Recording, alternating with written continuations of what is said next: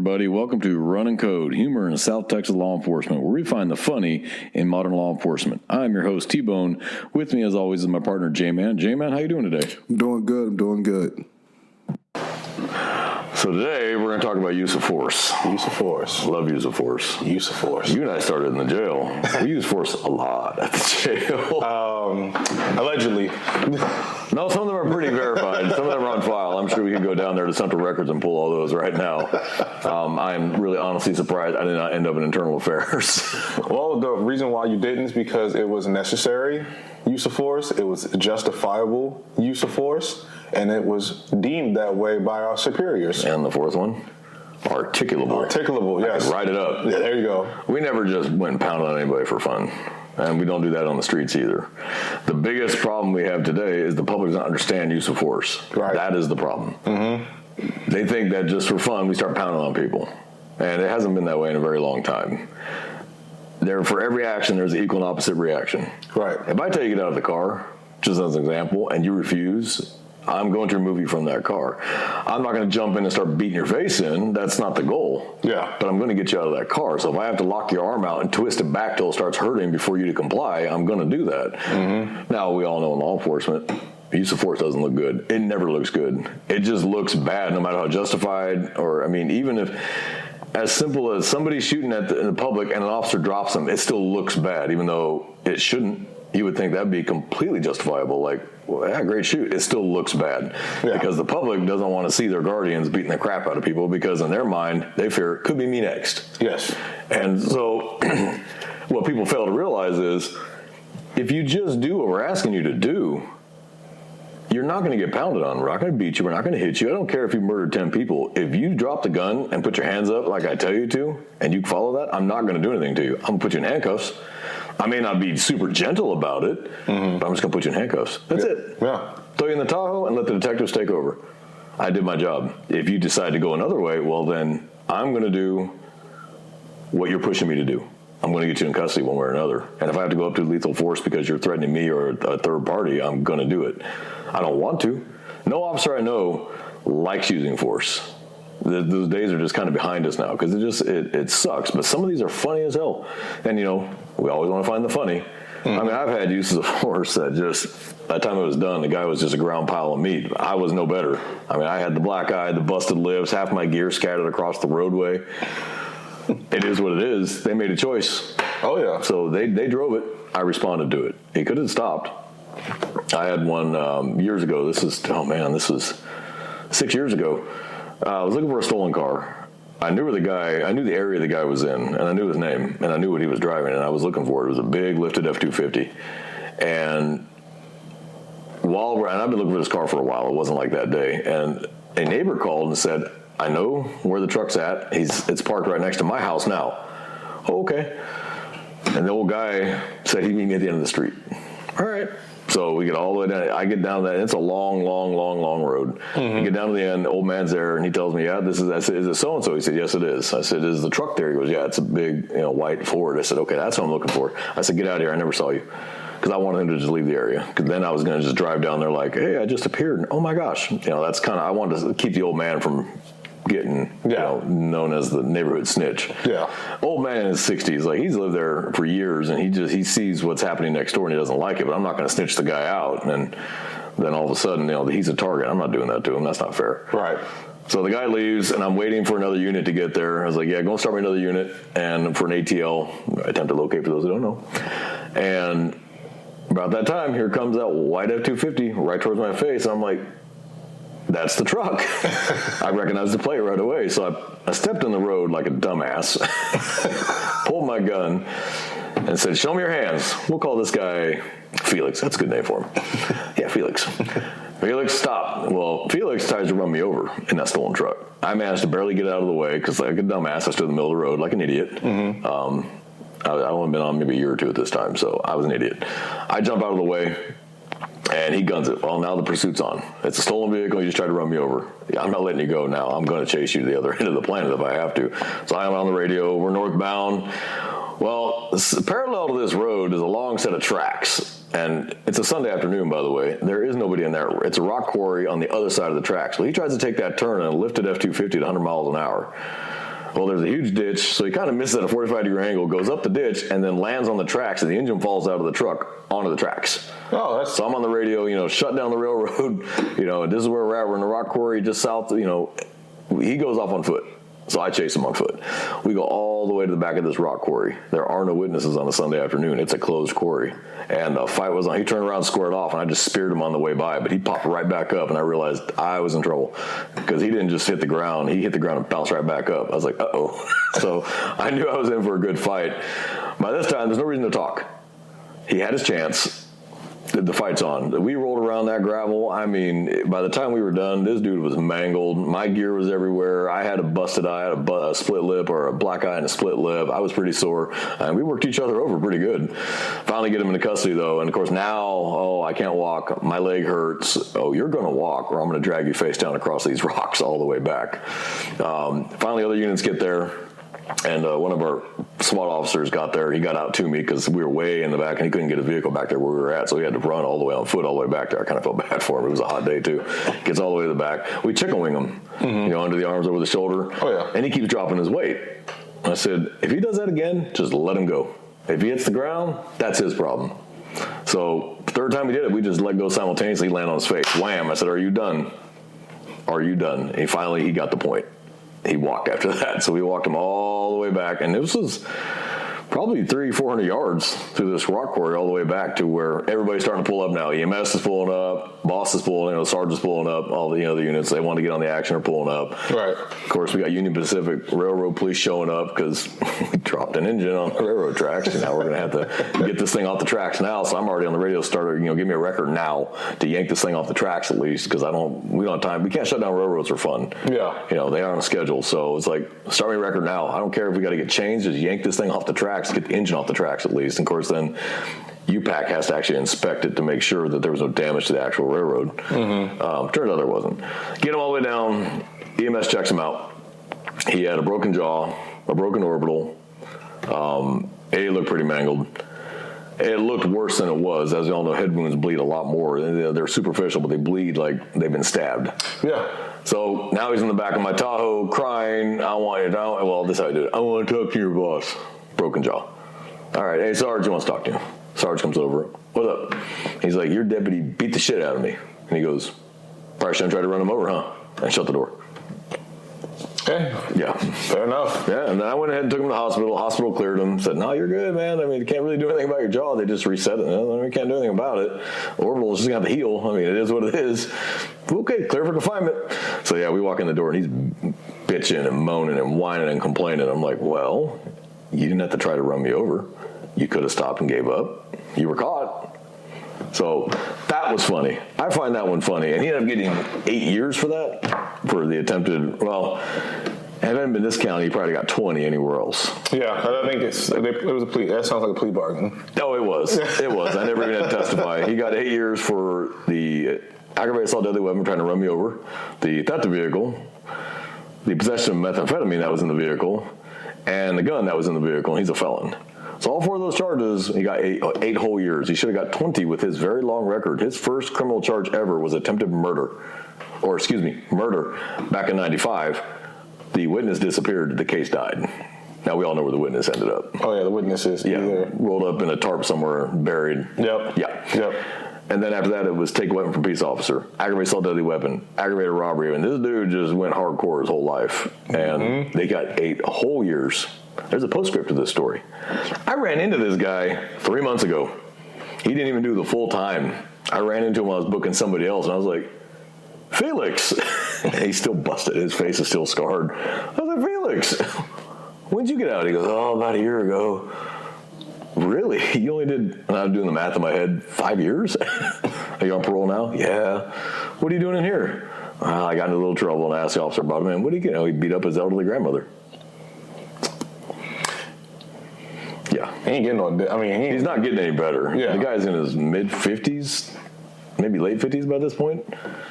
He'll go to court and get another 8 years. Well, he's on parole right now. They might actually violate him. True. No, maybe. Injury to elderly. Injury to elderly. It's a felony charge, and he apparently beat her up pretty good. So, but he was nothing but respectful of me. I guess he remembered. Old Felix. Yeah, old Felix. So that's just one example of force that is just, after a while, you just kind of have to laugh. Like, you made a choice, bud. Poor one. Yeah. And it's something as simple as just they want to walk away. No, that is force. You are, by our policy, you are redirecting them from where they want to walk. Yeah. That's force. Yeah. You don't have to throw a shot in the kidneys for it to be force. These are people who understand. There's command presence. That's just you in uniform. How you hold yourself, how clean your uniform is. That can mean a lot. You get an officer that looks like a dumpster fire, not going to be taken real seriously.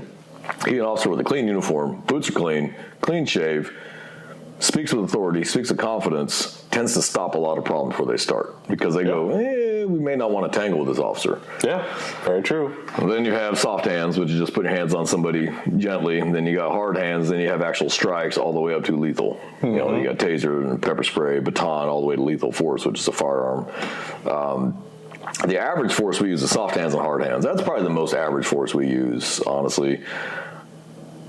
I know most officers are not taser dependent because we've seen them fail. And some officers don't even think to use it. They're more comfortable using their hands. Whether that's because they have a jiu-jitsu background or a boxing background, they feel better using their hands. And they just know, my hands won't fail. The taser might. The baton always looks bad since Rodney King. Always will. Always has. Even if you use it justified. And I have used it. But it didn't look good. But I could write it up and I could articulate it and never heard a word about it. But It didn't look good. Anybody watching, oh my God, he's beating that poor man with that stick. Okay. I'm using it by policy and state law. I'm not just hauling off and cracking him in the nugget. That's not how you use a baton. Right.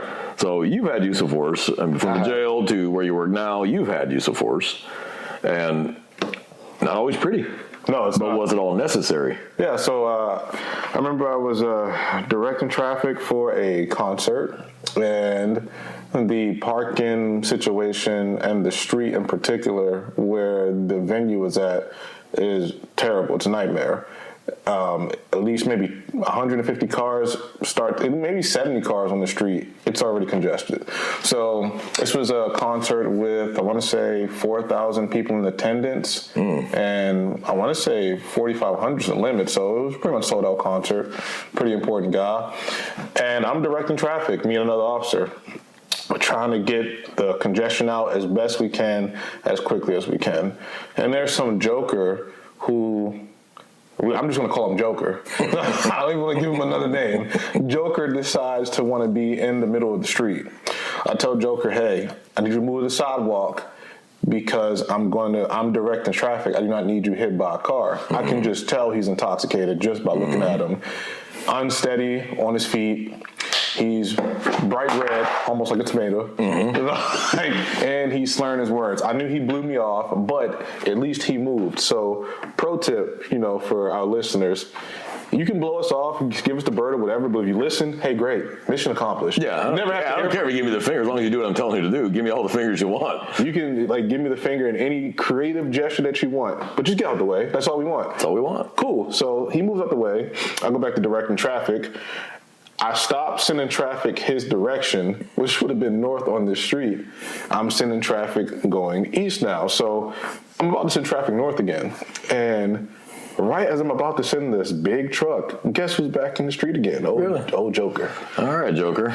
So apparently we wanted to fight with a Chevy, okay. Now, in hindsight, I should have just walked over to him and just said, hey, get on the curb, and just been the end of it. But, I had maybe a year at this agency, a little over a year, still on, was off probation, off FTO. So I'm like, you know what? No, I'm going to write this guy a citation.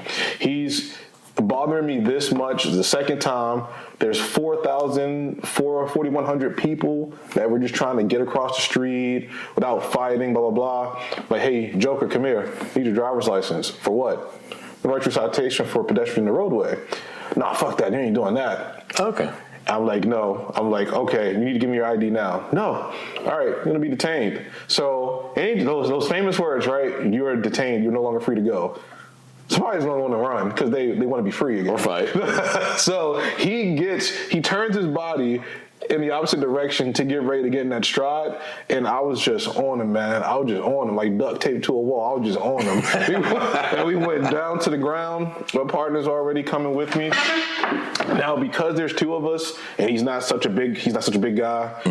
He's not really muscular, so we just overpowered him with strength, with mechanical strength. We didn't have to apply no strikes. No, get off of me. We just real slow. No, man, just give me your arms, put them back there. So we get him cuffed, and I'll never forget this.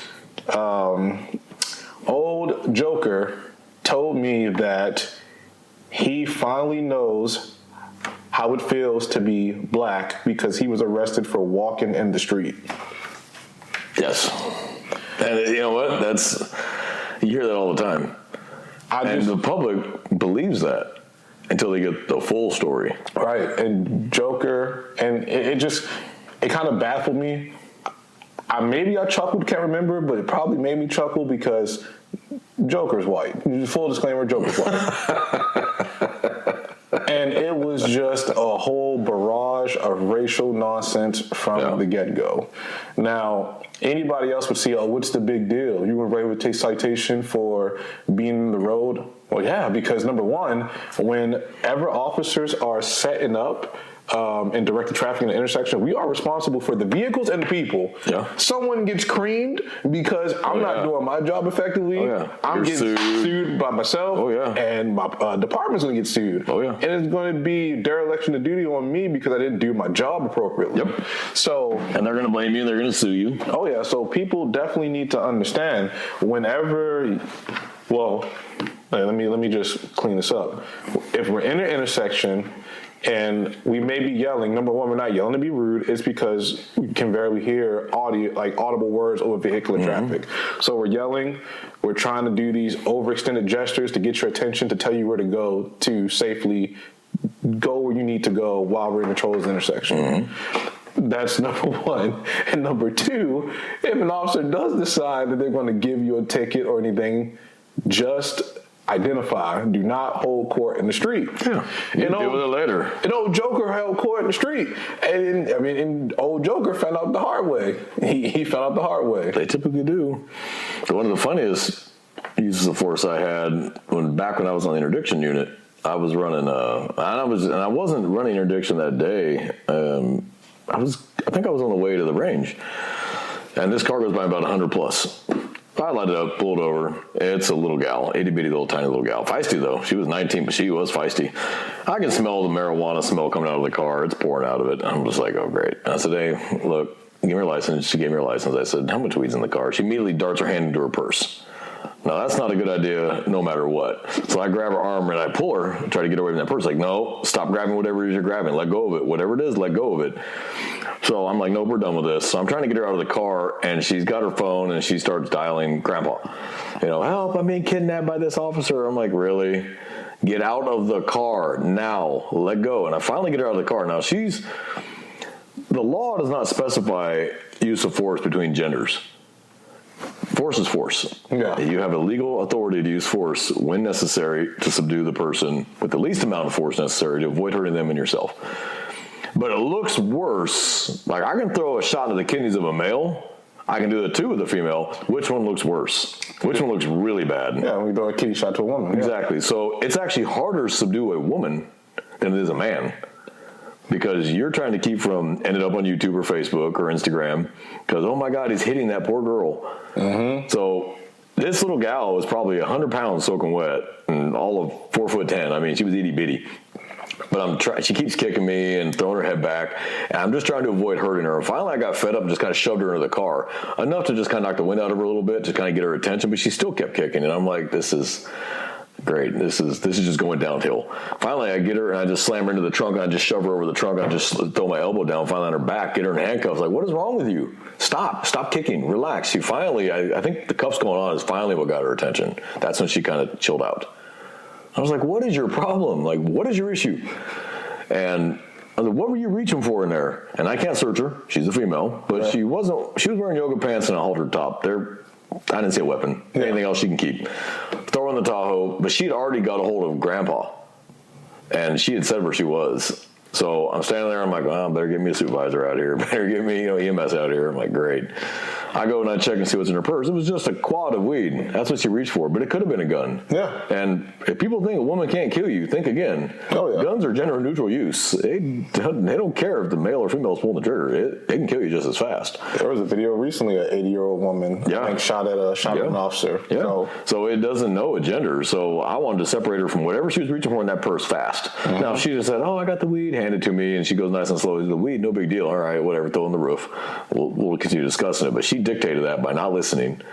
So, and I took what I deemed to be the safest appropriate action as fast as I could to get her away from that car and away from that person, whatever else might be in that car. Turned out to be just a quad of weed. Could have been a gun. Could have been pepper spray. She could have pepper sprayed me. You just don't know. And so, as we all know, law enforcement, hands kill. Yeah. It's the hands that kill you. Nothing else kills you but the hands. So, Grandpa showed up. And I think she thought Grandpa was coming to save her. Grandpa's a retired cop. Grandpa was not coming to save her. Grandpa was a little bit ticked at her, not at me. I told Grandpa what happened, and Grandpa told me he'd been raising her since she was a little girl, her and her two sisters, when they lost their parents. The other two sisters, one's a doctor, one's finishing med school, and then there's this fuck up who just can't seem to get it right. And he bought her this brand new car that was fast as hell. And he's like, I made a mistake. I said, well, you're trying to be a good grandpa. I get it. And he goes, yeah, but she's constantly screwing up, and I keep making the mistake and think she's going to fix it. I said, well, I mean, I'll make mistakes. I said, she's under arrest right now for interference, possession. I'm not going to charge her, assaulting me because her kicks really weren't effective. The way I was standing, she managed not to kick me in the nuts, which I think is what she was trying to do. Mm-hmm. But then he's like, can I talk to her? Absolutely, Grandpa. I yanked the door open. He chewed her ass up one wall of that Tahoe down the other. And I think she thought, but nope. Unbeknownst to me, while this is going on, there's a woman on the other side of the highway who filmed this whole thing. She called 911 saying a fake officer was kidnapping this girl on the side of the road. I'm like, I didn't know this, obviously, until all of a sudden about 4 or 5 San Antonio police officers show up. Sure. What's up, guys? And they're like, you okay? Yeah. What's up? We got to call you were kidnapping somebody. Really? And then they point across the highway, and there she's across the highway. I was like, are you serious? The reason why she did it is because I was wearing a non-standard uniform because I was an interdiction. We wore a different color uniform. She didn't recognize the uniform. It still said my agency, right, big letters across the back, but she thought I was kidnapping and raping this poor girl. I was like, really? So the sergeant, one of the PD sergeants showed up. He went around and talked to her and explained it. She's like, well, that didn't look good. I don't like that. And he's like, I don't care if you liked it or not. She's under arrest. Anything else we can do for you? Well, she threw a fit all the way up to the top, and it got squashed because I had dash camera, body camera. I had everything written down, and I had the evidence, so it is what it is. I got one more that comes to mind. I did a traffic stop over by the base. Now, there's Karen and there's dependent Karens. And if anyone knows what dependent's like, and they're Karen on top of it, it's just twice as bad. So I did a traffic stop. She had a warrant. So I'm like, all right, a felony warrant. I'm like, all right, get out of the car. Well, she takes off running. So I chase her across 4 lanes of traffic.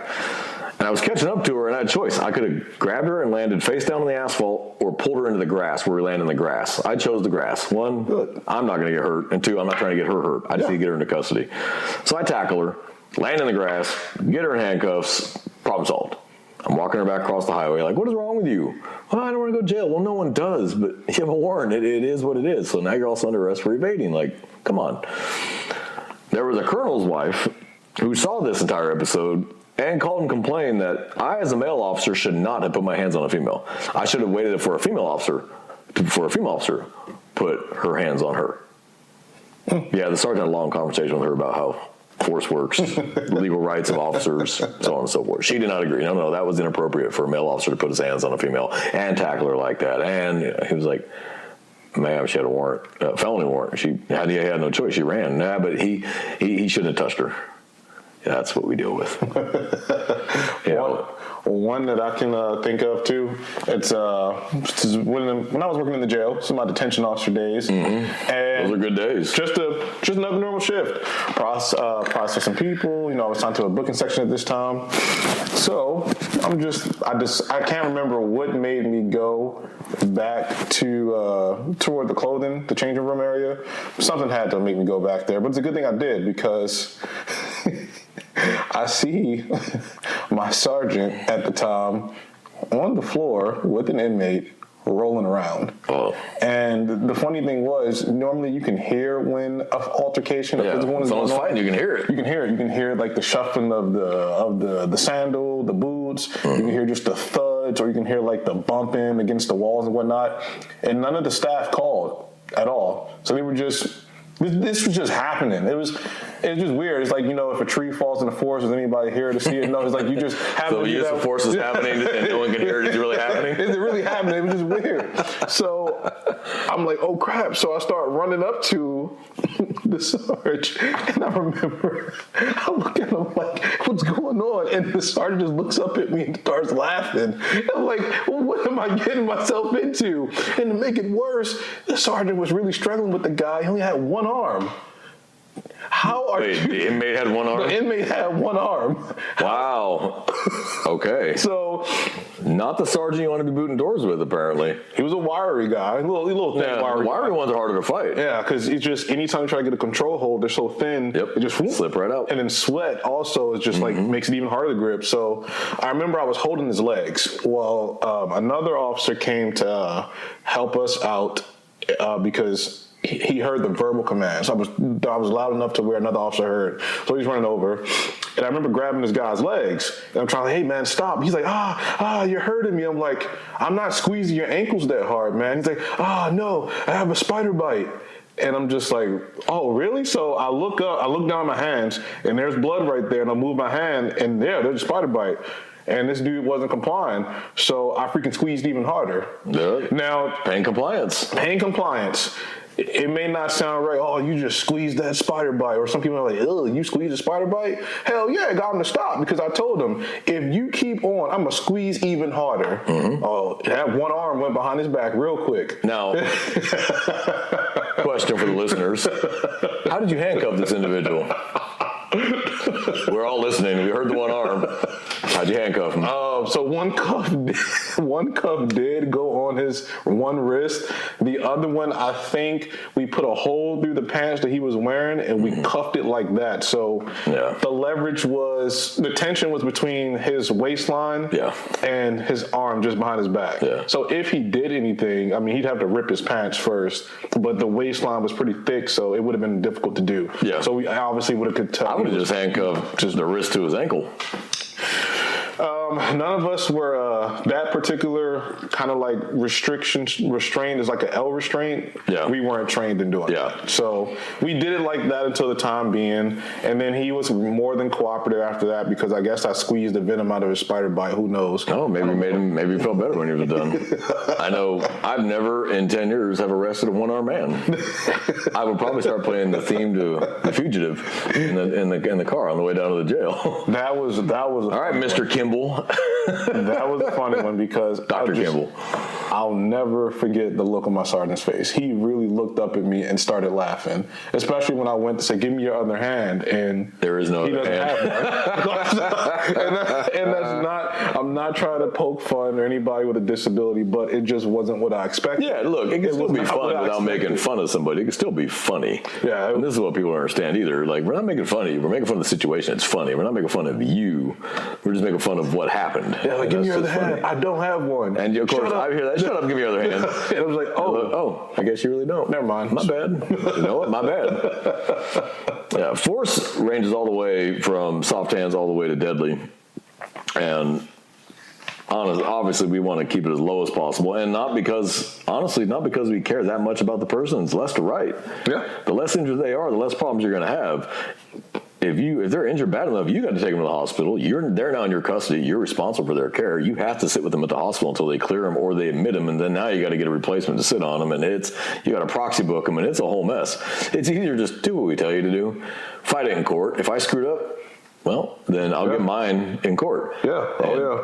You may be acquitted of the original charge that I was arresting you for, but you're convicted of the resisting because you cannot legally resist arrest. Yeah. It's like, just go with the flow. If I'm wrong, I'm wrong. If I'm right, I'm right. But you're not going to help or solve anything by fighting me right here and now on the side of the road. It's not going to work. Oh, yeah. You just made a mess for no reason. Like, you made it, or I'm detaining you under suspicion, but give me a minute. I'll talk to you. We'll figure it out. It may not even be you. And then this turns into a whole thing. Like, really? It turns out it really wasn't you.